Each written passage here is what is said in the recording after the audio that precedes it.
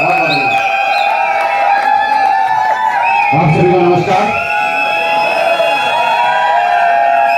Thank you very much, बहुत बहुत धन्यवाद। मैं नमस्कार जयपुर बोलूं या नमस्कार राजस्थान बोलूं?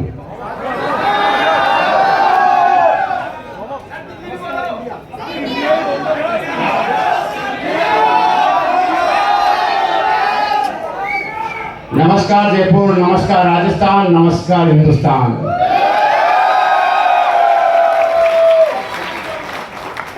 कैसे हैं आप सभी लोग? मुझे लगता है काफी लंबे अंतराल के बाद मुझे आपसे मिलने का सौभाग्य प्राप्त हुआ है और मैं ऊपर वाले से दुआ करता हूं कि ऐसा सौभाग्य मेरी जिंदगी में बार बार मुझे मिलता रहे। क्योंकि ऐसा बोला जाता है कि लोग किस्मत ऊपर से लिखवा के लेके आते हैं और जो ही कोई किसी अच्छे लोगों के बीच में जा नहीं पाता है, ये किस्मत में मेरे लिखवा के लाया था कि मैं अच्छे लोगों के बीच में जाऊंगा और मुझे बार बार मौका मिलेगा, इसलिए मैं आप लोगों के बीच में हूं दोस्त। और मुझे मालूम है आप लोग ये मौका मुझे बार बार देते रहेंगे। अभी तकरीबन 3:30 हो चुके हैं और 3:30 12 बजे से लेकर आप 3:30 बजे तक बैठे हुए हैं।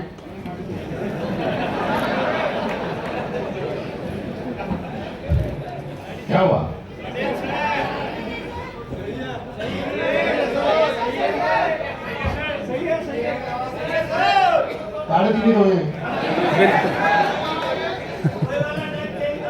हाँ हाँ, वही सेट वहीं पे है, मीटर वही सेट है। देखिए समझदार के लिए इशारा काफी होता है, कुछ समझ जाते हैं कुछ नहीं समझते। चलिए, मैं पिछले कई दिनों से ऐसे ही भाग में रहूं। कल मैं इस टाइम अहमदाबाद में था और अहमदाबाद में तकरीबन 2000 लोगों का शो था और अहमदाबाद में भी मैं संयोग से ही पहुंच पाया था। मैं आपको बताऊं, मतलब कुणाल सर का वहां शो था और मैं आपको एक चीज मैं मेरी जिंदगी में मैंने सीखी और आज आपको दोबारा बता रहा हूँ। वैसे इस शो से उस बात का कोई मतलब नहीं है, लेकिन फिर भी मैं आपको बताना चाहता हूं कि लोग बोलते हैं कि मुश्किल है। मैं आपको बताऊं इस दुनिया में मुश्किल कुछ भी नहीं है। अगर कोई पावर किसी चीज में है तो वो आपकी मेहनत में नहीं है। पावर और आकर्षण किसी चीज में है तो आपके एफर्ट्स में नहीं है। अगर किसी चीज का सबसे बड़ा पावर है तो आपके समर्पण में है, आपके भाव में है, आपकी श्रद्धा में है, आपके यकीन और विश्वास में। हम लोगों को बोलते हैं कि लोग सालों सालों से मेहनत करते हैं, 6 महीने हो गए, 1 साल हो गई, 2 साल हो गई, 4 साल हो गई, लेकिन जो चाहिए वो नहीं मिल पाया। ऐसा होता है ना मेरे दोस्त? ऐसा नहीं है कि मेहनत कम की है, ऐसा नहीं है कि एफर्ट्स नहीं लगाए। फर्क सिर्फ एक ही वजह, सिर्फ वो वजह ये है कि उसका भाव सच्चा नहीं था, उसकी समर्पण सच्चा नहीं था, उसकी श्रद्धा अटूट विश्वास नहीं था।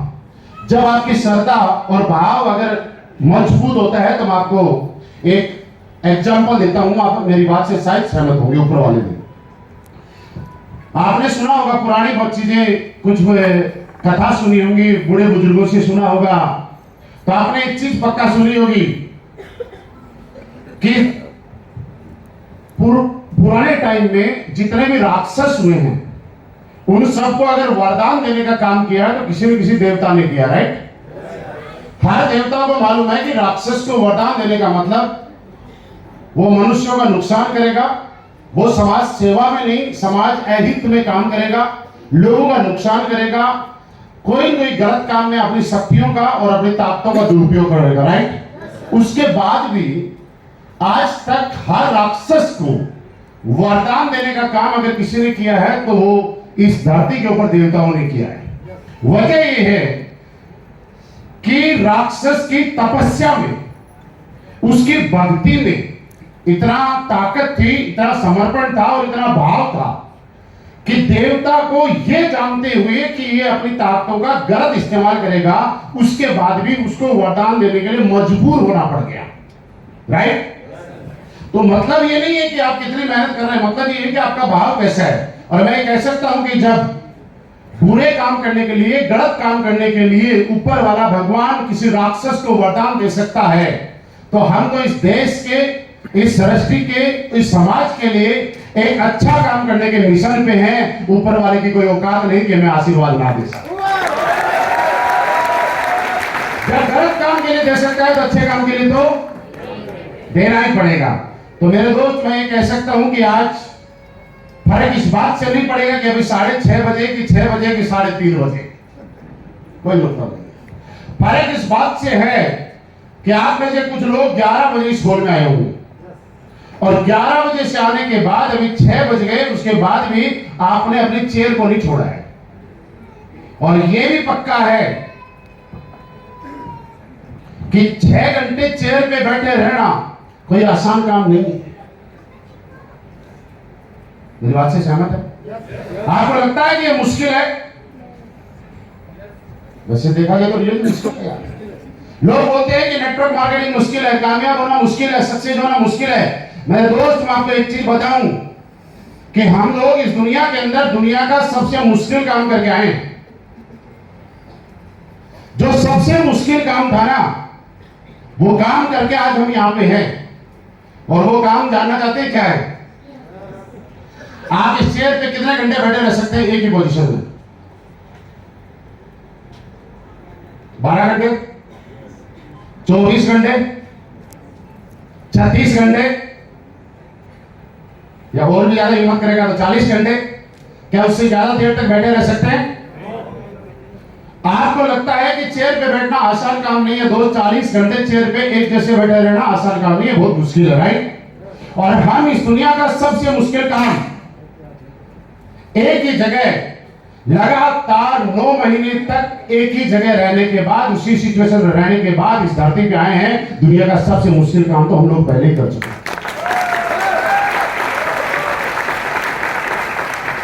इस बात से आप समझ सकते हैं कितना मुश्किल था एक ही जगह 9 महीने निकालना। 9 घंटे चेयर पे निकालना आसान नहीं होता है। जब इतना मुश्किल काम करके हम यहां पे आ सकते हैं, तो अब जो काम करने वाले हैं ये कोई मुश्किल काम नहीं है, तो बहुत आसान काम है यार। बशर्ते आपका भाव अगर सच्चा है कि नहीं है, आपका समर्पण सच्चा है कि नहीं है, आपकी श्रद्धा इस काम में सच्ची है या नहीं है। आपने देखा होगा कि यहाँ पे नसीब सर ने एक बात बताई कि करशन जी आए और उनके भाई आए, दोनों में से एक आदमी आज ब्लैक डायमंड और दूसरा आदमी ब्लैक डायमंड के अचीवमेंट के बारे में लोगों को बता रहा है। वजह क्या कि एक आदमी का भाव सच्चा था। और इस दुनिया के अंदर मैं आपको बताऊं कि आप कितने, मैं ये नहीं कहूंगा कि आप मेहनत करो, क्योंकि दोस्त मेहनत से कामयाबी नहीं मिलती, अकेली मेहनत से कभी कामयाबी नहीं करती। और अगर आप मेहनत करते हैं तो एक आदमी थक जाता है। इस काम को अगर आज के बाद आप करें तो ये सोच के करें कि इस काम को करने में आपको खुशी का एहसास होता है कि नहीं होता। जब तक ये काम आपको खुशी नहीं देगा, जब ये काम आपको जब तक आनंद नहीं देगा, जब तक इस काम को करते हुए आपको प्राउड फील नहीं होगा, तब तक दुनिया की कोई भी बड़ी बड़ी ताकतें, मैं मेरी कितनी भी गाड़ियां दिखाऊं, मैं मेरे कितने भी चेक दिखाऊं, करशन जी कुछ भी दिखाएं, आपके ऊपर कोई फर्क नहीं पड़ने वाला। सबसे पहले जरूरी है कि इस काम को करते हुए आपको प्राउड फील हो रहा है कि नहीं हो रहा। दूसरा जरूरी है कि इस काम को जब आप करते हैं तो आपको अंदर से खुशी महसूस हो रही है कि नहीं हो रही। मेरे दोस्त, इस तरह से आप देखिएगा, लोगों के अपने अपने शौक होते हैं और हर आदमी को एक ही काम के अंदर आनंद नहीं आता है। हर आदमी के शौक अलग अलग होते हैं, अलग अलग काम करने के तरीके होते हैं। कुछ लोगों को क्रिकेट देखने का इतना ज्यादा बुखार होता है, इतना ज्यादा आनंद आता है कि रात के 3 बजे जब वर्ल्ड कप चल रहा होता है तो सुबह 6 बजे जिस लड़के को ऑफिस से में जाना होता है, वो रात को 2 से लेकर 5 बजे तक लगातार क्रिकेट देखता है और किसी से शिकायत नहीं करता कि मुझे 6 बजे ऑफिस जाना है, राइट? लेकिन कभी उसके मुंह से आपने ये नहीं सुना होगा कि वो थक गया। कभी उसके मुंह से आपने ये नहीं सुना होगा कि उसको जोर आ गया, वो परेशान हो गया। क्या सुना? कभी नहीं सुनोगे। कुछ लोगों का आनंद इस बात में होता है कि हिंदुस्तान में जब भी कोई मूवी लॉन्च होगी तो पहला शो, चाहे भीड़ में जाके देखना पड़े, चाहे कैसे जाना पड़े, पहला शो देखना पड़ेगा। आप में से बहुत सारे लोग याद करो अपने पुराने टाइम को। आज के टाइम में पीवीआर आ गए, आईनॉक्स आ गए, जहां पे हम लोग मूवी का टिकट बुक किया करते हैं और ऑलरेडी एडवांस बुकिंग हो जाया करती है, सीट बुक हो जाती है। पुराने टाइम में ऐसा नहीं हुआ करता था। हॉल के बाहर एक काउंटर रहा करता था और काउंटर के बाहर कुछ लोग पहले शो के अंदर दादागिरी से जाते थे। जिसके पास दम ज्यादा, ताकत ज्यादा, वो आगे हाथ देके वो टिकट खरीदता था। लेकिन खरीद नहीं पाया, लेकिन जिसका शौक था कि मुझे मूवी का पहला शो देखना है, वो ब्लैक में टिकट लेके भी देखा करता था या नहीं देखा करता था? क्या था उसका शौक? जब उस शौक के लिए वो काम करता था तो उसके लिए टाइम ऑटोमेटिकली निकाल जाया करता। हम लोग यहाँ पे बोलते हैं कि आपको टाइम निकालना पड़ेगा। आप मुझे बताइए, क्रिकेट के लिए क्या टाइम निकालना पड़ा? उसका शौक है, उसका आनंद है, उसको मजा आ रहा है उस काम में, इसलिए उसका टाइम निकल जाता है। मूवी देखने के लिए टाइम नहीं निकालना पड़ा, नींद उसको भी आ रही है, लेकिन उसका शौक है, ये काम उसको मजा दे रहा है, आनंद दे रहा है, तो उसको ऑटोमेटिकली उसके लिए टाइम निकल जाता है। आज जितने भी लोगों को, सक्सेसफुल लोगों को आज इस स्टेज पे देखा, ये लोग इसलिए सक्सेस नहीं कि इन लोगों ने बहुत मेहनत की, ये लोग इसलिए कामयाब नहीं है कि इन्होंने क्या क्या किया, पॉजिटिव रहे, ये सारी चीजें अपने आप आ जाती है। लेकिन उससे पहले जरूरी है कि इन लोगों को इस काम को करने में आनंद आने लग गया, इस काम को करने में मजा आने लग गया। आज मैं 30 के 30 दिन की बात करूं या नहीं करूं, बात अलग है, लेकिन मैं आपको एक बात बताना चाहता हूं कि मैं आपको मोटिवेट करने के लिए आपके सामने नहीं, मैं आपको ये प्रेरित करने के लिए नहीं हूं कि आप सेल निकालिएगा और आप सेल निकालेंगे तो मेरा चेक बड़ा हो जाएगा। अगर ये गलत फहमी है तो आप निकाल दीजिएगा। मैं आपको ये बताना चाहता हूं कि यहां पे बैठे हुए 4-5 लोगों को अगर छोड़ दिया जाए तो यहां बैठे हुए A to Z लोग जब आप ज्वाइन हुए थे उससे पहले मैं कैंपिंग में था। मुश्किल से 3-4 लोगों के अलावा सब को छोड़ देता हूं तो यहां पे बैठा हुआ हर आदमी जब इस हॉल में आया था, इस मीटिंग में आया था, किसी भी पहली AWPL की मीटिंग में आया था, जब पहली बार फॉर्म भरा था, पहली बार रजिस्ट्रेशन कराया था, उससे पहले से मैं कैंपिंग पे था, उससे पहले से मैं जैगवार में हूं। तो ये बात बिल्कुल निकाल दीजिए कि आज मैं आपके सामने आपको मोटिवेट करने आया हूं। मैं आपको ये कहने आया हूं कि आप सेल ज्यादा भेजिए, मैं आपको ये कहने आया हूं कि आप सेल ज्यादा भेजोगे तो मेरा चेक बड़ा बनेगा। तो ये बात आप निकाल दीजिए। मैं आपके साथ निस्वार्थ भाव से आपके सामने हूं। मैं आपसे जो बात करता हूं मेरे किसी भी स्वार्थ के लिए नहीं, मैं निस्वार्थ भाव से काम कर रहा हूं, वो इसलिए कर रहा हूं और आपको भी करना चाहिए। आज जब लोग मुझे पूछते हैं कि सर इतना बड़ा नेटवर्क हो गया, क्या वजह है कि आप 30 के 30 दिन ग्राउंड पे रहते हैं? मैं आपको भी बताऊं कि मेरे घर में मैं मुश्किल से महीने में 4 से 5 दिन रह जाऊं तो बहुत बड़ी बात है। 25 से 26 दिन होटल में रहने का मौका मिलता है। मतलब होटल में घर की तरह रहते हैं और घर में होटल की तरह रहते हैं। घर में जाते हैं, जब कपड़े गंदे हो जाते हैं तब वो कपड़े बदल के बैग में चेंज करके ले आते हैं। मैं कल मेरे बैग को देख रहा था और बैग को देखने के बाद मेरे मन में ख्याल आया कि लोग पूरे जीवन के अंदर इतनी बार फ्लाइट में नहीं बैठते जितनी उससे ज्यादा बार तो मेरा बैग जो है वो फ्लाइट की यात्राएं कर चुका होता है। वो भी सोच रहा होगा यार किस खुश नसीब वाला हूं कि मैं कितनी बार फ्लाइट की यात्रा कर रहा हूं। लेकिन ये है, यहाँ पे जितने भी लीडर हैं मैं उनको ये कहना चाहता हूं कि मेरे दोस्त, काम यहाँ पे जैसे बताया गया था वैसे करना ही पड़ेगा। आप लोगों की तरह मैं इस इंडस्ट्री के अंदर आया था, मैं रहने वाला यहाँ आपके पास का ही हूँ, सीकर डिस्ट्रिक्ट का रहने वाला हूँ। मैं इसी जन्मभूमि आपकी है, यही जन्मभूमि मेरी है, यही रेत पे मैं पल बढ़ा हूँ। बचपन में क्या क्या किया क्या क्या नहीं किया वो बात नहीं बताना चाहता। मैंने लाइफ में कभी पढ़ाई के ऊपर इतना ज्यादा फोकस नहीं किया जितना हम आज के माँ बाप अपने बच्चों से करवाते हैं। आज के मम्मी पापा बच्चों को बोलते हैं 90% लेके आना, 80% लेके आना, फर्स्ट आना, सेकेंड आना। और मेरा विचार अलग था और मेरे विचार में आप जैसे बहुत सारे लोग हैं इसलिए मेरे विचार बन जाएंगे। मैं आज भी कहता हूं कि कम से कम इतना नंबर आना चाहिए कि उस नंबर की वजह से आप अगली क्लास में चले जाएं।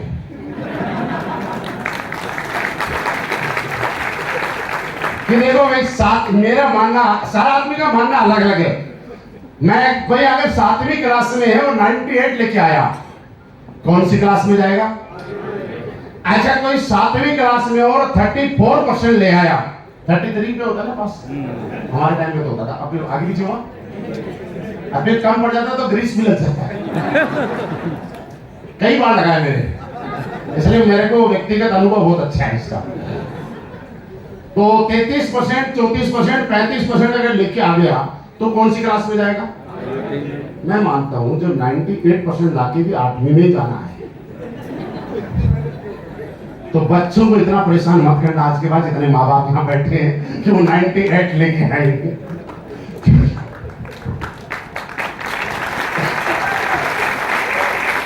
मैं बहुत ज्यादा नंबर नहीं लेके आया, सच बताऊं और संयोग से मैं मेरी लाइफ में मैंने एक ही बार भर्ती देखी, आर्मी के जैसलमेर में रैली में गया। उस रैली के अंदर मैं भर्ती हो गया और भर्ती होने के बाद माउंट आबू से मैं डिस्पैच हुआ, जाट सेंटर में मैं चला गया। मेरे यूनिट के कई लोग यहाँ पे बैठे हुए हैं। तो हम लोगों ने बड़े अच्छे से नौकरी की, लेकिन कभी मन से नहीं की। अच्छे से की लेकिन मन से नहीं की।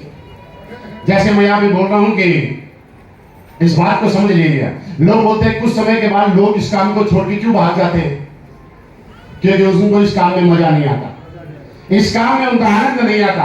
अब लोग मुझे बोलते हैं कि आप नौकरी बीच में छोड़ के फिर क्यों आ गए। मैंने कहा यार मुझे मजा नहीं आया, मुझे आनंद नहीं आया उस काम में, क्योंकि मैं जब बैठता था मुझे लगता था कुछ और करना चाहिए, मुझे लगता था ऐसा करना चाहिए। और दोस्त आज भी अगर आप करना चाहते हो तो आपको एक चीज बता रहा हूं, जब आप लोगों के पास जाते हो लोग हमेशा एक बड़ा शानदार का डायलॉग आपके ऊपर मारा करते हैं, और वो डायलॉग ये है कि बेटा ये काम बच्चों का खेल नहीं। ऊपर वालों क्या बोलते हैं कि बच्चों का खेल। और मैं आज आपको बता रहा हूं कि इस इंडस्ट्री में अगर आपको कामयाब होना है तो लिख के ले जाना, ये बच्चों का ही खेल है, ये बड़ों का काम नहीं है। बच्चा और बड़ा कौन होता है, आप इस बात को समझिए। बच्चा कौन और बड़ा कौन? बच्चा वो जो सीखना चाहता है, बच्चा वो जो जानना चाहता है। बड़ा कौन? बड़ा वो जिसको लगता है मैं जान गया, बड़ा वो जिसको लगता है मैं कुछ सब कुछ सीख गया। आपके घर में जब 4-5 साल का बच्चा होता है, आपकी अंगुली पकड़ के चल रहा होता है और चिड़िया उड़ रही होती है, कौवा उड़ रहा होता है, तो आपका बेटा आपसे सवाल करता है कि पापा ये कौवा उड़ रहा है, हम क्यों नहीं उड़ते? पता नहीं। जब भैंस गाय पूंछ हिलाती है तो आपका 4 साल का बच्चा आपसे सवाल करता है कि पापा भैंस तो पूंछ हिला रही है, हम क्यों नहीं हिला रहे? बच्चा है, बच्चा है। कुत्ता जब भौंकता है तो बच्चा सवाल करता है कि आखिर ये कुत्ता क्यों भौंक रहा है। जब पेट की टहनी हिलती है तो 4 साल का बच्चा क्या बोलता है? ये टहनी क्यों हिलती? और हमें लगता है कि अरे ये बच्चा क्या सवाल कर रहा है, लेकिन क्या ये सवाल किसी 20 साल का होने के बाद किसी ने किया? क्योंकि 20 साल का होने के बाद हमें लगता है कि हमें सब कुछ मालूम है, हमें सब कुछ आता है, हम सब कुछ जान गए हैं। और वो 4 साल का बच्चा सीखना चाहता है, वो जानना चाहता है, वो समझना चाहता है, अपनी नॉलेज को बढ़ाना चाहता है। इसलिए मैं कहता हूं बच्चा वो जो सीखना चाहता है, बच्चा वो जो जानना चाहता है, बच्चा वो जो अपनी नॉलेज को बढ़ाना चाहता है। आप मुझे बताइए कि ये बड़ों का खेल है कि बच्चों का खेल है? बच्चों का खेल। आज के बाद बड़ा बनना है या बच्चा बनना है? बच्चा बनना है। जब तक आप सीखते रहोगे, 80 साल की उम्र में भी अगर कोई सीख रहा है तो वो बच्चा है। अगर 10-15 साल की 20 साल की उम्र का भी कोई बोलता है कि मुझे सब कुछ आ गया, अब मुझे सीखने की जरूरत नहीं है, तो आप समझ लेना बड़े हो गए हो, और ये बड़ों का काम नहीं है, ये बच्चों का काम है साहब। इस बात को आज समझ के जाना, क्योंकि बच्चों ने ही इतिहास लिखा और बच्चे वो होते हैं जो सीखना चाहते हैं। तो आज के बाद यहाँ पे सारे लोग बच्चे बन के चले जाना। मैं जब इस इंडस्ट्री में आया था, अगर बात करूं तो अभी तकरीबन बालिग नहीं हुआ हूं इस इंडस्ट्री के अंदर। बालिग का मतलब कितने साल होता है? 18 साल तो नहीं हुए होंगे, लेकिन नियर बाई उसके पहुंचने वाले हैं, कुछ समय बाद, कुछ सालों बाद पहुंच जाएंगे।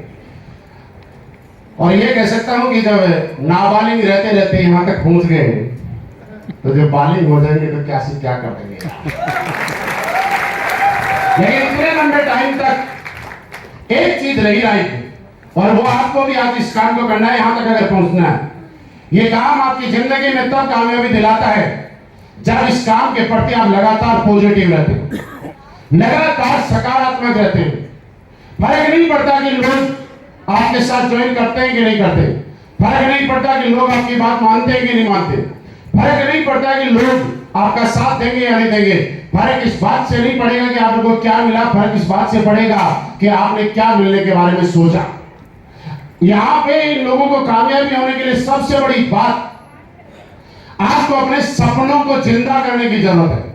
देखिए, याद कीजिए आज वो सपने कहां गए जब आपकी उम्र 15 साल, 16 साल, 14 साल, 13 साल की उम्र में थे हम लोग, और हम लोग कोई मूवी देखा करते थे, और मूवी के अंदर एक सीन आया करता था, किसी के बंगले के बाहर बढ़िया सा गार्डन है, झूला लगा हुआ है, स्विमिंग पूल है, तो हम लोग सोचा करते थे कि ऐसा बंगला मैं भी बनाऊंगा।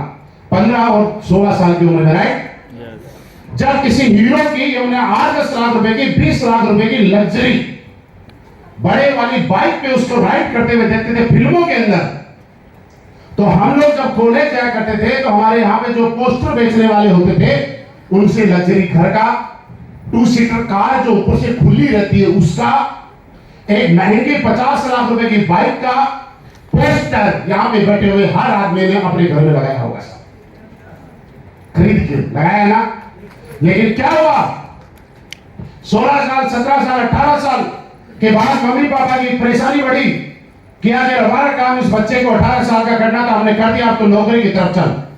जब हम लोग नौकरी की तरफ गए, अपने किसी भी व्यापार की तरफ गए, चाहे वो प्राइवेट हो सरकारी हो कुछ भी, उसके बाद हमें समझ में आया कि पूरी उम्र की जो सैलरी है और पूरी उम्र अभ्यास करने के बाद मुझे 50 लाख रुपए की मिलेंगे, और जबकि 50 लाख रुपए की बाइक का तो मैंने एक पोस्टर लगा रखा है। मैं जो गाड़ी का मैंने पोस्टर लगाया होता है, बाद में उसको गूगल पे जब सर्च किया, और आपको मैं बताऊं कि हमें से ज्यादातर लोगों ने आज तक सर्च ही नहीं किया कि वो जो बंगला का फोटो हमने घर पे लगाया था उसकी रियल कॉस्ट क्या थी, जिस बाइक का पोस्टर हमने लगाया था उसकी रियल कॉस्ट क्या थी, जिस कार का ओपन वाली कार का पोस्टर लगाया था उसकी रियल कॉस्ट क्या थी।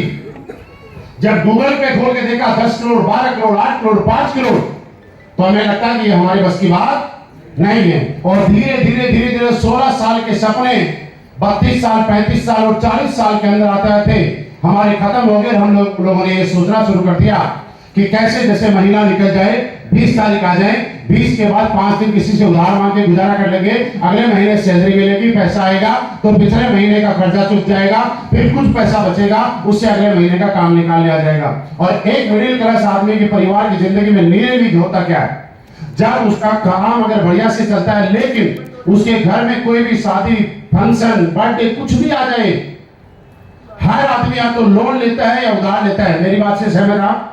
मैं आज आपको ये कहने आया हूं दोस्त कि आप आज ये सोच के जाइएगा कि ज्यादा मेहनत तो नहीं, लेकिन यार 4 साल अपनी जिंदगी के AWPL को देने के लिए आप आज कमिटमेंट करके जाना, और वैसे ही लेके जाना, वैसे ही लेके जाना, और उसी श्रद्धा और उसी भाव से कसम आपको जिस भगवान को मानते हैं उसकी बात कर रहा हूं मैं।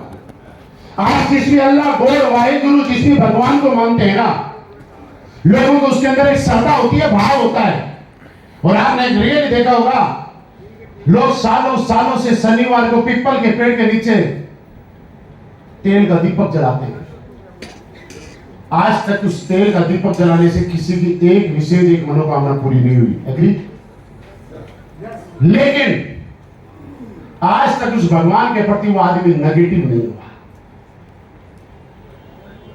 पीपल के पेड़ के चारों तरफ धागा मानते हैं, कोई विश पूरी हुई या नहीं हुई क्या फर्क पड़ता है, लेकिन आज तक उस भगवान के प्रति वो इंसान नेगेटिव नहीं हुआ। राइट? आप जब किसी भी मंदिर में गए हैं, किलोमीटरों तक लंबी लाइन लगा दी, आपको 12 घंटे लाइन में लगने के बाद दर्शन करने का मौका मिला, लेकिन 12 घंटे तक दर्शन करने का मौका मिलने के बाद आप नेगेटिव नहीं हुए कि अरे बेकार भगवान है। जब 12-12 घंटे वेट करवाते हैं तो हम इनके घर पे अगली बार से नहीं आएंगे, क्या किसी के मुंह से आवाज निकली आज तक? लेकिन वो 12 घंटे का वेट आपको थकाया नहीं, वो 12 घंटे का वेट आपको हतोत्साहित नहीं किया, उसने डिमोटिवेट नहीं किया, क्योंकि उस भगवान में आपकी श्रद्धा थी, आस्था थी, समर्पण थी। और वही चीज लोग बोलते हैं 4-5 साल पैसेंस रखना है, दोस्त पैसेंस आपको रखना है, तो उस तरह से जिस तरह से आप जिस भगवान को मानते हैं, जिसको भी मानते हैं, जिसमें भी आपकी श्रद्धा है, उसके प्रति जितना समर्पित रहते हैं। क्या आप 10 बार किसी भगवान के दर पे गए और किसी आदमी ने आपको बोला अरे भगवान भगवान तो बेकार होते हैं, इनके यहां जाने से कुछ नहीं मिलता, तो क्या उस भगवान के प्रति आप नेगेटिव हो जाते हैं? बोलो सारे लोग ऊपर वालों नेगेटिव हो जाते हैं? नो। आस्था तो परमानेंट बरकरार रहती है ना हमारी। मेरे दोस्त, जिस दिन ये वाली आस्था आपके क्लाइंट के प्रति, ये वाली आस्था आपके सिस्टम के प्रति, यही वाली आस्था आपकी कंपनी के प्रति, प्रोडक्ट के प्रति आ जाएगी, उस दिन मैं कह सकता हूं दावे से कि भगवान के किसी दर के ऊपर जाने से आपकी मुराद पूरी हो या ना हो, 5 साल यहां पे माथा टेक लेना, आपकी नहीं आपकी 3 वीडियो की मुराद पूरी होगी। क्योंकि यहां साथ देखिए, आपने जितने लाइन पे सुना, आज लोग इतनी बड़ी बड़ी कृष्ण जी की गाड़ी की कीमत मालूम है क्या है? 1 करोड़ 100 की गड्डी लेना, एक तराजू में रखना, 100 की छोड़ो, केवल 500 की गड्डी भी ले लेना, 200 की भी ले लेना, 100 की भी ले लो, एक तराजू में रखना, दूसरी साइड में कृष्ण जी को बैठा देना।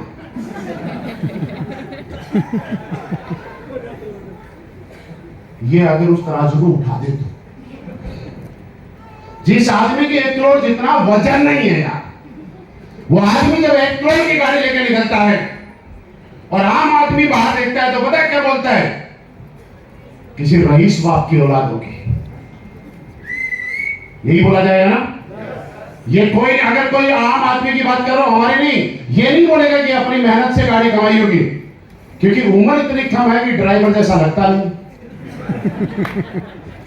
ये तो सोचेगा नहीं कि ये ड्राइवर होगा किसी का, तो क्या लगेगा? किसी रईस बाप की औलाद होगी, जमीन बिक गई होगी, हाईवे के किनारे आ गई होगी, फैक्ट्री के किनारे आ गई होगी, मुआवजा मिल गया होगा, लेकिन उनको कौन समझाए कि साहब यहां पे ना जमीन बेचने की जरूरत है, ना मुआवजा लेने की जरूरत है, एक बार यकीन करने की जरूरत है। जो आज तक किसी के खानदान में सोचा नहीं होगा ना, वो जरूर होता है। मैंने कभी नहीं सोचा था कि मैं जगवान लूंगा, मैंने कभी नहीं सोचा था कि आज मैं जिस भी मंच पे जाता हूं मुझे बताने की जरूरत नहीं है मेरे पास कौन सी गाड़ी है, मुझे बिल्कुल भी बताने की जरूरत नहीं है, और आज भी नहीं बताऊंगा कि महीने में कितना कमाता हूं। मुझे ये बताने की अब जरूरत भी नहीं है कि मैंने टोटल अर्निंग कितनी की है, लेकिन ये बताने की जरूरत है, और मैं इतना बताना काफी है कि आज जो लोग मेरे साथ शुरू में आए थे उनमें से हर आदमी आज लग्जरी कार चलाता है, और जब वो लग्जरी कार लेके रोड से निकलता है तो लोग अपनी बाइक के ऊपर पीछे बैठ के और ऐसे सेल्फी लेते हैं, और उनकी गाड़ी के साथ सेल्फी लेना प्राउड फील करते हैं, और मन में सोच के जाते हैं कि कोई रईस जा रहा होगा यार। बस मेरे लिए ये चीज थी।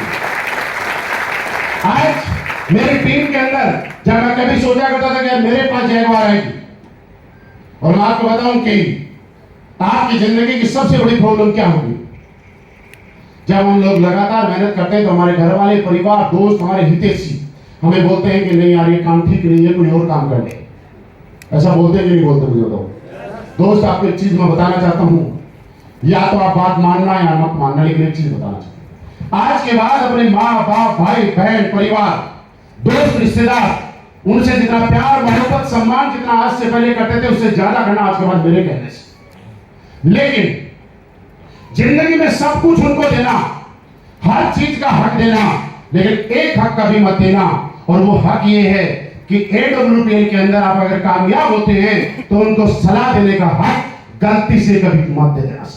अगर AWPL में सक्सेस होने का हक आपको अगर किसी को देना है तो एक आदमी को, और वो आपके लाइन ऑफ स्पॉन्सर में आपका एक्टिव अपलाइन होना चाहिए, वो आपका सक्सेसफुल अपलाइन होना चाहिए। इसके अलावा किसी माइक के लाल को हक मत दे देना कि वो आपको सलाह दे सके, ये गलती कभी मत करना।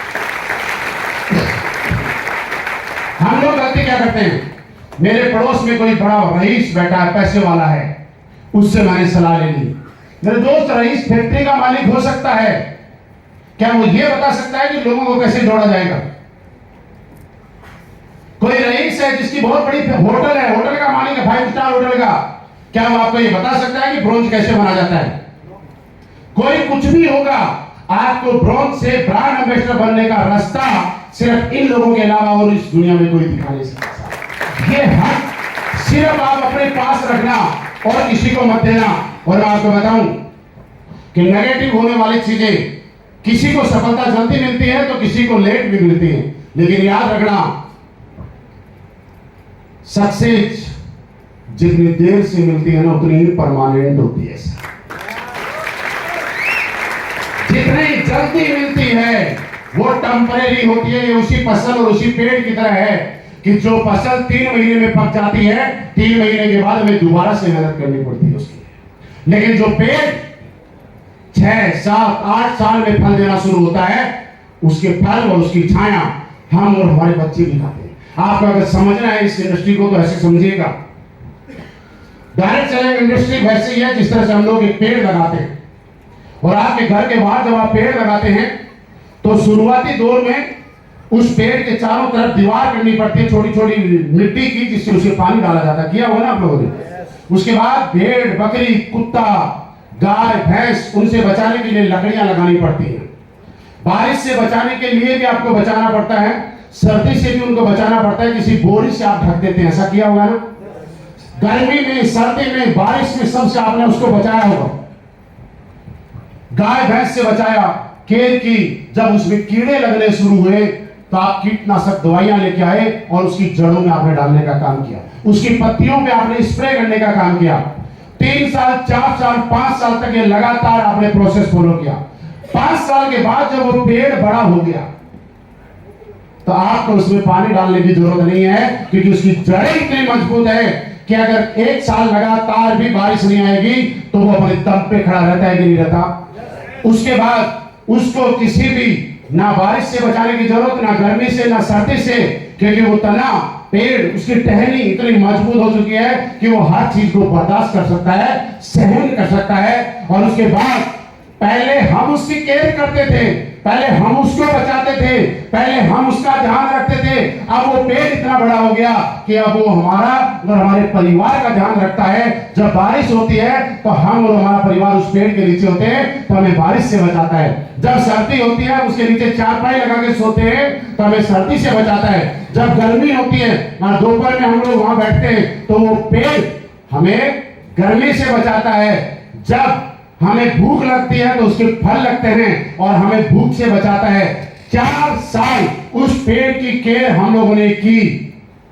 हम लोगों ने उसको बारिश से भी बचाया, कुत्ते बिल्ली से बचाया, भेड़ बकरी से बचाया। और 4 साल के बाद अगले सालों सालों तक वो पेड़ अपना कर्जा चुकाता है और वो जिंदगी भर के लिए हमें और हमारे परिवार को बचाने का काम करता है कि नहीं करता। ये इंडस्ट्री भी वैसी ही है। 4 साल तक आप लोग केयर कीजिएगा यहाँ पे, अपने टीम की, अपने आप की। यहाँ पे भी मैंने बोला गाय भैंस, कीटनाशक दवाइयां, कीटनाशक कीड़े, आपको नेगेटिव करने के लिए बहुत सारे सक्सेसफुल लोग आपको मिलेंगे, क्योंकि आप जिनकी बातें सुन के अगर नेगेटिव हो जाते हैं तो मैं उनको सक्सेसफुल ही बोलूंगा। ऐसे ऐसे सक्सेसफुल लोग मिलेंगे, आपको मिलते होंगे। मैं कई बार फ्लाइट में जाता हूं, कई बार एयरपोर्ट पे बैठा रहता हूं, कई लोग खाली टाइम के अंदर बात कर रहे होते हैं, यार सरकार तो बड़ी बेकार है, क्या हालत कर दी अर्थव्यवस्था की, संभाले अर्थव्यवस्था नहीं संभल रही है, कितनी अर्थव्यवस्था बढ़ गई, खराब हो गई, महंगाई किस कदर बढ़ रही है। इन लोगों ने तो पिछले 8 साल में देश को बर्बाद करके रख दिया। शाम को पता चलता है भाई साहब के पास आलू लाने के पैसे नहीं है। सुबह जो दाल बनाई थी ना, वो शाम को थोड़ी गाढ़ी हो गई तो वाइफ को बोलता है एक काम कर, उस दाल में थोड़ा पानी डाल और दोबारा से गर्म कर। जब घी को गर्म करना होता है तो गैस पे नहीं करता, दोपहर में 1 बजे घर के बाहर रखता है, धूप से गर्म कर रहा है गैस बचाने के लिए। उसको ये नहीं पता कि तेरे घर की अर्थव्यवस्था कैसी है, तेरे बच्चों के फीस टाइम पे जा रही है कि नहीं जा रही, तेरे टाइम पे कपड़े आ रहे हैं कि नहीं आ रहे। लेकिन सलाह किसको दे रहा है, बात किसकी कर रहा है। इन लोगों से देश नहीं चलता। मेरे दोस्त, ऐसे सलाहकार हर आदमी को पर डे कहीं न कहीं मिलते हैं, हमें भी मिलते हैं। कई लोग पुराने जब मिल जाते हैं हमें बोलता है आप क्या कर रहे हो, मैंने कहा वही काम कर रहे हैं। बोले इतने साल से वही कर रहे हो। मैंने कहा और क्या करें, बोले वही वाला जिसमें जोड़ने वाला काम होता है। मैंने कहा हाँ। बोला यार एक काम कर। मैंने कहा बता मैं अभी की बात बताऊं, अभी भी मिलते हैं ऐसे समझदार लोग। बोला पैसे तो बहुत आ रहे हैं। मैंने कहा बहुत आ रहे हैं। कमा भी बहुत लिए। मैंने कहा बहुत कमा लिए। यार साथ साथ में कोई दूसरा बिजनेस शुरू कर लो, इस बिजनेस का भरोसा नहीं है। हाँ किसको सलाह दे रहा पता है, टूटी फूटी बाइक लेके आया, दहेज में मिली, आज तक उसने तेल के अलावा दूसरी चीज नहीं डाली और वो भी मजबूरी में डाली, क्योंकि बिना तेल के चलता नहीं। और सलाह का भाग है जयगवार के बराबर वाली सीट पे बैठ के। मैं उसको धीरे से बोलता हूँ, उसके सर पे हाथ फेर के। मैंने कहा तेरी सलाह बहुत बढ़िया है, मैं तेरी इज्जत भी बहुत करता हूँ, मैं तेरा सम्मान भी बहुत करता हूँ, दिल में तेरे लिए बहुत इज्जत है और कभी कम नहीं होगी, लेकिन यार मेरी एक कमी है। तो बोलता बता क्या कमी है। मैंने कहा मैं सलाह देने का हक उसी को देता हूं जिसकी औकात मुझे सलाह देने की होती है, बाकी किसी को मैं सलाह देने का हक नहीं। यार एक जैगुआर वाले को एक आदमी बाइक पे आया है और वो सलाह दे सकता है क्या? यही मैं बताना चाह रहा हूं। दोस्त, फर्क इस बात से नहीं पड़ेगा कि आप ब्रांड एम्बेसडर बने हो कि नहीं बने, फर्क इस बात से पड़ेगा कि आपके दिमाग ने सोचा कि नहीं सोचा। और आपको मैं एक बहुत काम की चीज बता रहा हूं, जितने भी लोग हैं ध्यान से सुनना। इस दुनिया में जिस चीज को पाने के लिए आपको कुछ करना पड़ता है, उसमें आपकी सिर्फ 10% एनर्जी लगती है, और जिस चीज को पाने में सबसे बड़ा रोल रहता है 90%, उसके लिए कुछ करना ही नहीं पड़ता है। आप जहां भी पहुंचोगे ना, याद रखना उसके लिए कुछ नहीं करना पड़ता है। तो आपको बोलो करना क्या पड़ेगा, बता दूं? यस। जानना चाहते हो? लेकिन बताऊंगा तब जब इस बात को लगातार आप याद रखोगे। उस चीज को पाने के लिए सोचना पड़ता है। आप आज इस हॉल में आए हो, इस हॉल में भी बैठे हुए हो, आपका रोल मात्र 10% है। 90% रोल इस बात का है कि आपके दिमाग ने यह स्वीकार किया या एक्सेप्ट किया कि मुझे इस हॉल में कल जाना है। इस बात का ही सबसे बड़ा रोल है, आपका आने का कोई रोल नहीं है साहब। क्योंकि आपका दिमाग ये स्वीकार नहीं करता कि मुझे हॉल में जाना है, तो आप आज का टाइम कहीं और दे चुके होते। आप प्लान देने में जा सकते थे, रिश्तेदारी में जा सकते थे, बर्थडे में जा सकते थे, या घर में सो भी सकते थे, लेकिन आपने ये काम नहीं किया। इसका मतलब आने में जो रोल है वो आपका नहीं है। आने में जो रोल है वो आपके थॉट प्रोसेस का है, आपके दिमाग ने स्वीकार किया। वैसे ही मैं बोलता हूं, यहां पे जब एक आदमी पूछता है क्या सारे लोग डायमंड बनना चाहते हैं, कुछ लोगों की आवाज आती है कि यस हम डायमंड बनना चाहते हैं। फिर सामने वाला लीडर बोलता है कि सर आवाज कम आ रही है, तो अगली बार कुछ लोग बोलते हैं ले बोल दिया यार बनना चाहते हैं, बोलना ही तो। फिर बोलता है अभी भी आवाज नहीं आई ऊपर वालों की, तो ऊपर वालों ने ले बोल दिया भाई अब क्या करवाएगा, बोलने से कौन सा डायमंड बनाएगा, हमने कौन सा बनना है।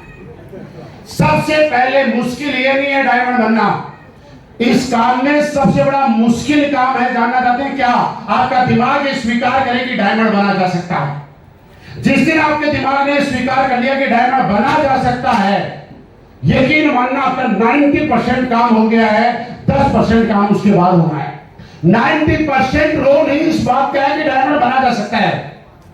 मैं आज आपके बीच में हूं तो 10% रोल मैं आपके बीच में हूं इस बात का है, लेकिन 90% रोल इस बात का है कि मेरे दिमाग ने स्वीकार किया कि मुझे जयपुर में इस हॉल में जाना है। 90% इसी बात का रोल है सब। दूसरा रोल, ऊपर वाला एक आदमी को कामयाब होने का मौका हमेशा देता है। कुछ लोग उस मौके को नजरअंदाज कर देते हैं और कुछ लोग उस मौके को स्वीकार कर लेते हैं। और यकीन देखिए दोस्तों, मैं आपको फिर एक बात बताना चाहता हूं, क्योंकि ऐसा बोला जाता है ऊपर वाले की मर्जी के बगैर आज तक एक पत्ता भी नहीं हिला है। एग्री है? यस। क्या लगता है ऊपर वाले की मर्जी के बगैर कुछ हो सकता है?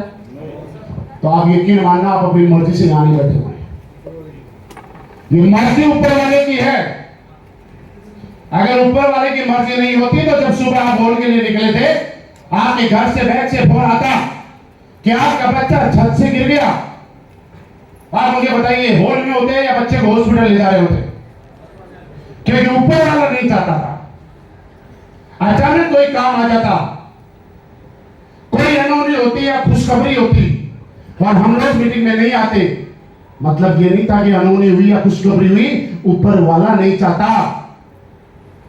ऊपर वाला नहीं चाहता था कि आप इस मीटिंग को अटेंड करें, और ऊपर वाले को धन्यवाद देना कि वो चाहता है कि आप कामयाब हो, इसलिए अब तक इस हॉल में बैठे हो।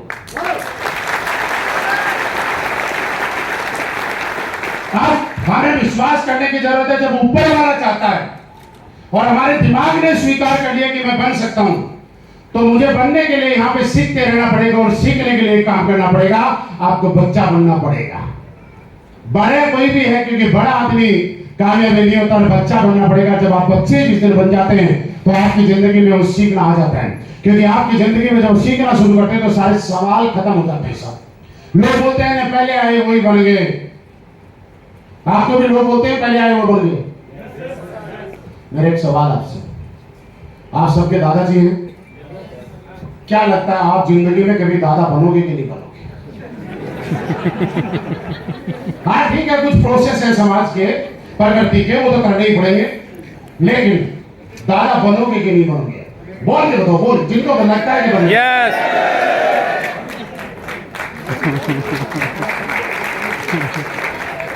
लेकिन कोई पैदा होते ही बोलते बना दे दादा, बन जाएगा क्या? नहीं। नहीं बनेगा। क्या होगा? दादा बनने के लिए उम्र कितनी चाहिए?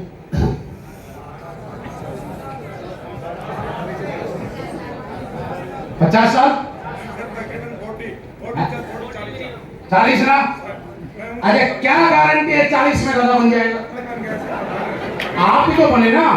आप पूरी बात जो कहना ये सही बोल रहे हैं, इनकी बात को सुनिए।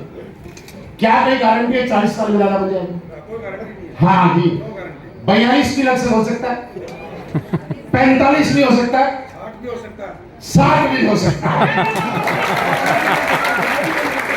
नहीं, प्रोसेस जो है समाज का उसके बाद तो बनेगा, टाइम हो सकता है 38 साल में बने, 40 साल में बने। लेकिन कोई आदमी ये बोले कि यार वो तो 40 साल का हो गया और अभी भी दादा नहीं बना, हमारे जो पड़ोसी है वो तो 40 साल में बन गए, मैं तो बना नहीं, तो आज के बाद दादा बनने की उम्मीद खत्म। क्या ये सही है क्या?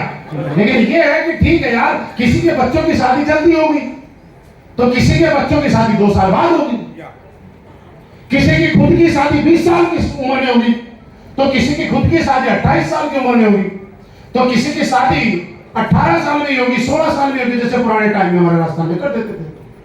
तो इसके अंदर लेकिन ये है कि जो आदमी पैदा हुआ है वो दादा बनने का हक है।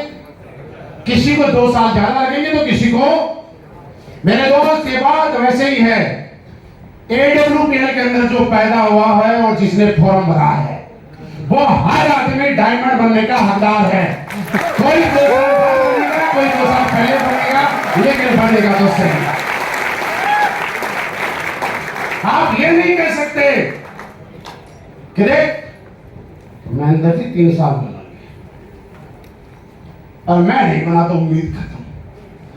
तो साहब फिर तो 40 साल में दादा बन गए तो बाकी लोग सारे बोलेंगे हम तो बनेंगे, 56 तक भी लोग वेट करेंगे। प्रोसेस है, परिस्थितियां हैं और बहुत सारी चीजें हैं।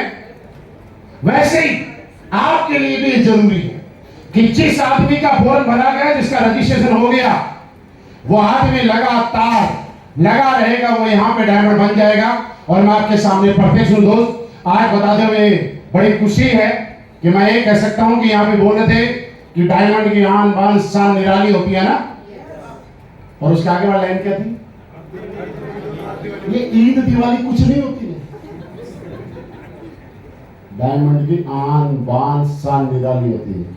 और हम हर बार कहते हैं उसके पास बिना क्लच और बिना गियर की लग्जरी कार होती है। और आज भी बोलते हैं डायमंड बनने के बाद फ्री हो जाएंगे। आज भगवान सिंह डायमंड बने ना, आपके पास कौन सी गाड़ी है? ओडी है। समझना, आपके दोनों पैर काम करते हैं कि एक ही पैर काम करता है जब गाड़ी चलाते हैं? एक पैर फ्री है। जिसके पास अल्टो है उसको कभी क्लच भी दबा रहा है, ब्रेक भी दबा रहा है, क्लच भी दबा रहा है, ब्रेक, दोनों पैर मेहनत में लगे हुए हैं। इन्होंने एक पैर फ्री कर लिया। दूसरा, जब गियर डाउन करने पड़ते हैं तो आदमी का क्लच दबाता है, गियर डाउन करता है, गियर अप करता है, गियर डाउन करता है, गियर अप करता है, करता ही नहीं करता। आपको याद है आपने गियर कब डाला था? 1 नंबर, 2 नंबर, 4 नंबर। आपको पता है 6 नंबर पे चल रही है कि 7 नंबर में कि 9 नंबर में? वो गाड़ी ने अपने इनका काम ले लिया आपने। वो खुद ही तो 2 नंबर में चलती है, खुद ही 9 नंबर में चलती है। जब जैसी जरूरत होती है गियर अपने आप कन्वर्ट हो जाता है। तो आप मुझे बताइए फ्रीडम है कि नहीं है? ये हाथ फ्री है, ये पैर फ्री है, तो आप मुझे बताइए डायमंड बनने के बाद फ्रीडम मिलता है कि नहीं मिलता? ये सबसे बड़ा। बाकी गाड़ी के अंदर आदमी यहां से निकलता है, यहां से निकलता है। तो जब पार्किंग में गाड़ी खड़ी करते हैं, छोटी जगह होती है, तो सोचना पड़ता है यार किधर से निकलूं। अब इनसे पूछूं, इधर दीवार आ गई, इधर कोई दूसरी गाड़ी आ गई, तो इनके लिए ये जरूरी नहीं है कि इधर से उतरे, इधर से उतरे, इनकी ऊपर भी एक गेट है, ऊपर से भी निकल सकते। निकले हो कभी? फोटो वोटो देखी होगी ना आपने? तो बस डायमंड की आन बान शान निराली होती है, उसके पास बिना क्लच बिना गियर के ऊपर गेट वाली भी लग्जरी कार है। और ये इतिहास है, ये इतिहास है जयपुर टीम का। आज मेरी टीम के अंदर 150 से ज्यादा लग्जरी गाड़ी, 150 ओडी, BMW, मर्सिडीज, जैगवार और पोर्शे जैसी लग्जरी गाड़ी है। लेकिन सबसे कम टाइम में सबसे ज्यादा लग्जरी गाड़ी अगर किसी स्टेशन पे है तो वो आपका जयपुर स्टेशन है। आप सोच लीजिए मैंने क्या पाया क्या कमाया, इस बात का मतलब नहीं है। आप मेरी जगह पे देखिएगा, रात को जब मैं एयरपोर्ट से निकल रहा था मैंने देखा 7-8 गाड़ी, Audi, BMW, Mercedes, Range Rover, Jaguar और सबके ऊपर सेम नंबर। आज तक जयपुर स्टेशन से कोई रईस ऐसा नहीं निकला होगा जिसको लेने के लिए 10 लग्जरी गाड़ी सेम नंबर की आई होगी। सेम नंबर बोला है मैंने, 10 लग्जरी गाड़ी तो ज्यादा भी आई होंगी, हो सकता है उनकी बढ़ा दूं, लेकिन सेम सिंगल नंबर की 10 लग्जरी गाड़ी वहां वेट कर रही होंगी। आज मैं जयपुर पे आता हूं, एयरपोर्ट से बाहर निकलता हूं, जब 10 लग्जरी गाड़ी निकलती है ना तो आसपास खड़े लोगों की आंखें ऐसी खोल कर दिखती हैं, नंबर एक ही है दूसरा मुझे लगता है देखते हम लोग एक वही नंबर के लग रहा है। आप सोचिए इससे बड़ा विजन क्या हो सकता है यार। आप इस चीज को सोचिए, अभी मैं 4 दिन पहले बीच में 4 दिन दुबई में था, बढ़िया बिजनेस चल रहा है। हमें आज तक ये सोचना है, पहले सोचना पड़ता था कंपनी ट्रिप देगी तो हम विदेश घूमने जाएंगे। आज इस कंपनी ने इतना पैसा दिया और इस लायक बना दिया कि मुझे लगा कि 4 दिन मेरा कहीं कोई काम नहीं है, तो मैंने तुरंत दुबई का टिकट कराया। नसीब सर को भी मैंने बोला चलो यार हम साथ चलते हैं, मैं अकेला हूँ तो हम लोग साथ चलते हैं, लेकिन इन्होंने पहले से कहीं टाइम दिया हुआ था तो हम लोग साथ नहीं जा पाए। लेकिन मैं आपको ये कहना चाहता हूँ दोस्त, आप 16 साल वाली जो जिंदगी थी ना उसमें जाओ, याद करो अपने सपनों को और हक मत देना किसी को आपके सपनों के प्रति साथ खेलने का। हक मत देना कि दुनिया में कोई आदमी आपको नेगेटिव कर दे। मैं लाइव एग्जांपल हूं यार, क्या नहीं किया होगा हम लोगों ने। लोग आपको आके बोलते रहेंगे, सरकारें बदलती रहेंगी, आती रहेंगी, जब भाजपा आएगी तो बोलेगी कांग्रेस ने महंगाई बढ़ा दी, कांग्रेस आएगी तो बोलेगी बीजेपी ने महंगाई बढ़ाई। मैं आपसे सवाल करना चाहता हूं, क्या महंगाई कभी रुकेगी क्या? मेरे दोस्त, समस्या तो महंगाई है ही नहीं, ये तो हमें भ्रमित किया गया इतने सालों से सरकारों के द्वारा अपने वोट बैंक लेने के लिए, और एक आम आदमी देश का भ्रमित हो रहा है। महंगाई किसके लिए है? आप याद करो, आज से 20 साल पहले जब 40 रुपए और 30 रुपए और 20 रुपए लीटर पेट्रोल था, क्या बाइक की टंकी फुल कराई थी? जब किसी ने मांग के लेके गए थे ना तो ये सोचा था मोसी का घर 40 किलोमीटर है और प्लेटिना एवरेज 50 का देती है, तो हमने बोला 800 ग्राम डालते हैं। सही है। बोलो किया कि नहीं किया ऐसा? मैंने किया। मैं तो गरीब आदमी हूं, मैंने किया, मुझे बताने में शर्म नहीं, आप रईस होंगे तो बात अलग है, लेकिन मैंने किया। लेकिन जिनके पास उस टाइम पैसा था तब उनकी टंकी उस टाइम भी भरा करती थी, और जिन लोगों के पास आज 100 रुपए पेट्रोल होने के बाद भी आज यही हिसाब लगाते हैं प्लेटिना है 40 किलोमीटर जाना है तो 800 ग्राम डालते हैं। लेकिन आज भी जिनके पास पैसा है तो पेट्रोल पंप पे जाके ये बोलते हैं कि फुल करते हैं। यही हो रहा है। आप मुझे बताइए, प्रॉब्लम महंगाई नहीं है यार, प्रॉब्लम कमाई है। महंगाई महंगाई चिल्लाते रहेंगे, एक बार कमाई पे फोकस करो। महंगाई नाम की कोई बीमारी इस दुनिया में है ही नहीं, प्रॉब्लम कमाई में है। आज हमें बच्चों के लिए सोचना पड़ता है कौन से स्कूल में पढ़ाएं। क्या इस जयपुर में ऐसे स्कूल भी होंगे जिनकी 1-1 लाख रुपए महीने की फीस जाती है? और आपके गांव का जो प्राइवेट स्कूल है ना, वहां मास्टर जी आपके घर पे आके सिफारिश करता है, भाई साहब इस बार आपके बच्चे को मेरे स्कूल में डालना। मास्टर जी रिक्वेस्ट करते हैं आपसे, करते हैं अगर आप 3 बच्चों को डाल दोगे तो चौथा फ्री कर दोगे, है ना? अब कई आदमी तो उस टाइम सोचते हैं यार बड़ी गलती हो गई, एक फ्री पढ़ लेते, अगर 4 पैदा कर लेते हैं तो मास्टर जी चौथे को तो बड़ी नहीं पढ़ा लेते। और हमने तो 4 इसलिए पैदा नहीं किए क्योंकि सोचा था खर्चा ज्यादा हो गया तो मास्टर जी बोल गए कि 3 को आप अपने बच्चों को डाल दो, चौथे बच्चे की फीस नहीं लेंगे, आते हैं। लेकिन आज भी जयपुर के वो स्कूल जहां लाख लाख रुपए की फीस है, वहां पे एडमिशन नहीं मिलता है। आपको बड़े बड़े अधिकारी, बड़े बड़े नेताओं की सिफारिश लगाने के बाद एडमिशन नहीं मिलता है। आप मुझे बताइए, प्रॉब्लम महंगाई है या कमाई है? रियली जो हमारी जिंदगी में जो प्रॉब्लम है ना, वो कमाई है। और हम लोगों का ध्यान कहां चला गया? महंगाई कमाई नहीं है। मैं आपको बता रहा हूं कि मेरी गाड़ी की टंकी और आपके लीटर की गाड़ी के पेट्रोल की टंकी आज भी फुल रहती है। और पेट्रोल अगर हो जाए 1000 रुपये और 10,000 रुपये लीटर, हमारी टंकियां तो वैसे ही फुल रहेंगी। क्योंकि हम जानते हैं कि इसके लिए हम घर पे नहीं सोते, इसके लिए मेहनत करनी है। और मेरे दोस्त, मैं आपको एक चीज बताऊं कि यार इतनी मेहनत तो आज करना, इतनी मेहनत तो करना कि आपकी जिंदगी में आपके जाने के बाद एक दाग ना लगे। जानना चाहते?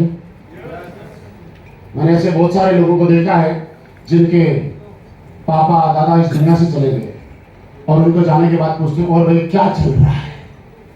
तो बड़ी आसानी से जवाब देते हैं, कुछ नहीं यार, पापा कर्जा छोड़ के गए थे, वो चुका रहा हूं। सुना ना? सुना ना?